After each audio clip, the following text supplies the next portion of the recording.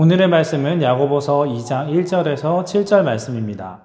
내 형제들아, 영광의 주 곧 우리 주 예수 그리스도에 대한 믿음을 너희가 가졌으니 사람을 차별하여 대하지 말라. 만일 너희 회당에 금가락지를 끼고 아름다운 옷을 입은 사람이 들어오고 또 남루한 옷을 입은 가난한 사람이 들어올 때에 너희가 아름다운 옷을 입은 자를 눈여겨보고 말하되 여기 좋은 자리에 앉으소서 하고 또 가난한 자에게 말하되 너는 거기 서 있든지 내 발등상 아래에 앉으라 하면 너희끼리 서로 차별하며 악한 생각으로 판단하는 자가 되는 것이 아니냐. 내 사랑하는 형제들아, 들을지어다. 하나님이 세상에서 가난한 자를 택하사 믿음에 부유하게 하시고 또 자기를 사랑하는 자들에게 약속하신 나라를 상속으로 받게 하지 아니하셨느냐. 너희는 도리어 가난한 자를 업신여겼도다. 부자는 너희를 억압하며 법정으로 끌고 가지 아니하느냐. 그들은 너희에게 대하여 일컫는 바 그 아름다운 이름을 비방하지 아니하느냐. 선입견이라는 말이 있습니다. 사람을 만나기도 전에 마음속에 미리 들어와 자리 잡은 생각을 가리킵니다. 독일과 중국에서 생활하면서 선입견이 어떻게 작동하는지 저는 실감하게 되었는데요. 지금처럼 K-팝과 K-컬처가 존재감을 위시하기 전에 독일 사람들은 삼성과 LG가 일본 기업인 줄 알고 있었습니다. 전쟁의 땅인 한국의 기업에 대해서는 관심조차 없었고 심지어 일본 말고는 아시아에서 이런 제품을 나올 수 있겠냐라는 생각을 가지고 있었던 것입니다. 중국 학교에서 근무할 때도 한국에서 유학 오는 학생들은 빠짐없이 묻는 질문이 있었습니다. 가짜 계란이 정말 있느냐? 가짜 쌀을 먹게 되는 건 아니냐? 아직 한 끼도 먹어보지 않은 학생들이 그 땅과 그 사람들에 대한 선입견이 이미 내려져 있었던 것입니다.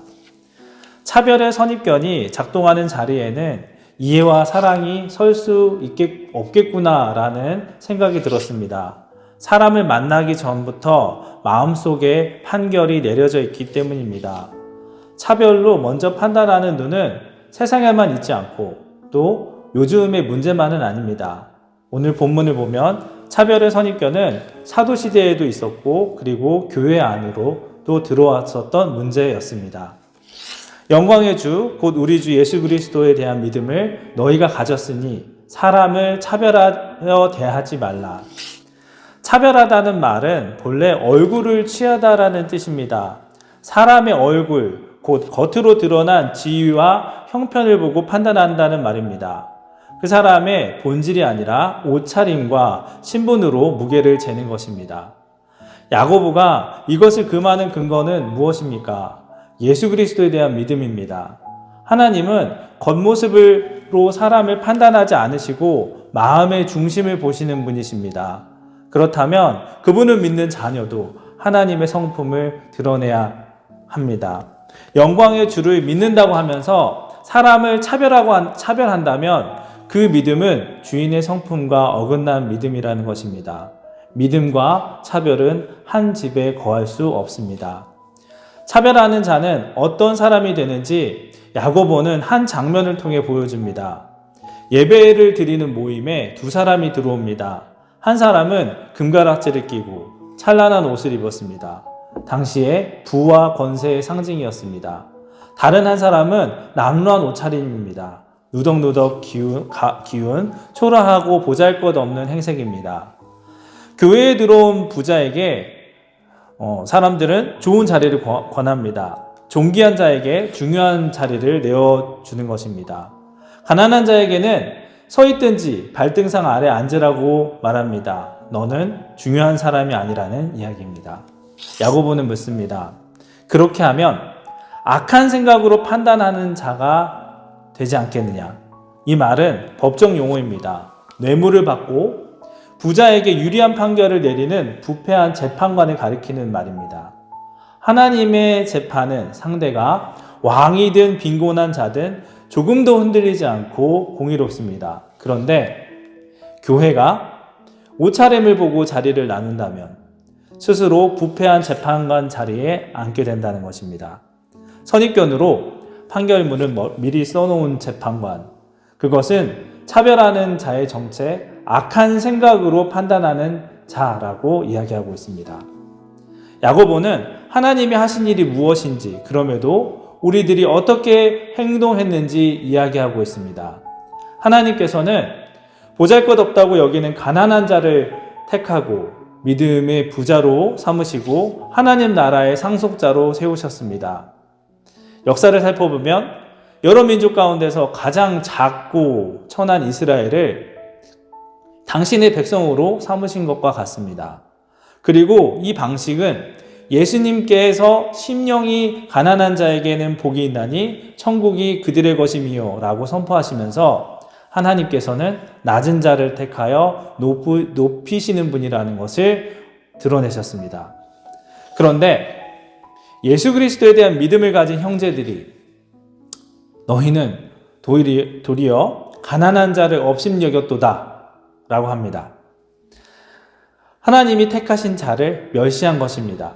가난한 자를 업신여긴다는 것은 그 차별은 단순한 실수가 아닙니다. 하나님 선택의 반대편에 서는 일이었습니다. 더 뼈아픈 대목은 6절에 드러납니다.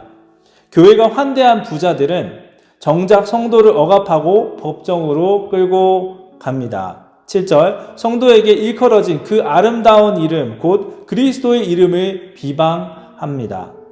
그 이름을 모욕하는 자에게 좋은 자리를 내어주고 그 이름으로 불리는 형제를 발 아래 앉힌 것입니다. 앞뒤가 완전히 뒤집혀진 것을 전하고 있습니다. 차별의 선입견은 앞서 말씀드린 휴전의 땅인 한국을 판단하고 먹어보기 전에도 중국의 땅을 판단하면서 바라봤던 그 눈입니다. 오늘 본문 앞에서는 그 눈이 남의 눈이만은 아니라는 사실을 고백하게 됩니다. 우리 안에도 같은 저울이 있습니다. 사람을 만나면 은연중에 재력을 재고 지위를 재고 옷차림을 보고 있습니다. 그 저울이 예배당 안까지 따라 들어오는 장면을 야고보는 보여주고 있고 또한 우리도 가끔씩 목격하게 됩니다. 그러나 하나님의 저울은 정반대로 움직입니다. 하나님은 세상이 가볍다고 던져버린 사람을 택하여 믿음의 부자로 삼으셨습니다. 그 가난한 자가 바로 우리였습니다. 그것을 기억해야 합니다. 하나님 앞에 내세울 것 하나 없던 빈손이었던 우리를 택하시고 그리스도의 이름을 붙여주시고 하나님 나라의 상속자로 세워주셨습니다. 그렇다면 이제 예배당에 낯선 사람들이 들어올 때 우리는 무엇을 먼저 보겠습니까? 우리 삶 가운데서, 우리 직장 가운데서, 학교에서 사람들을 새로 만나는 사람들, 같이 함께하는 사람들을 바라봤을 때 어떤 눈으로 바라봐야겠습니까? 옷차림입니까? 무슨 직업을 가지고 어떤 지위에 있는지 그것을 바라보겠습니까? 하나님이 사랑하시는 한 영혼을 바라보시겠습니까? 세상이 눈여겨보지 않는 사람, 하나님께서 관심을 두시는 자에게 좋은 자리를 내어드립시다. 그것이 영광의 주를 믿는 믿음의 증거입니다. 차별과 함께 갈 수 없는 믿음, 그 참 믿음으로 오늘도 하나님이 주신 그 사명을 묵묵히 감당하며 살아가는 저와 여러분이 되시기를 기도합니다.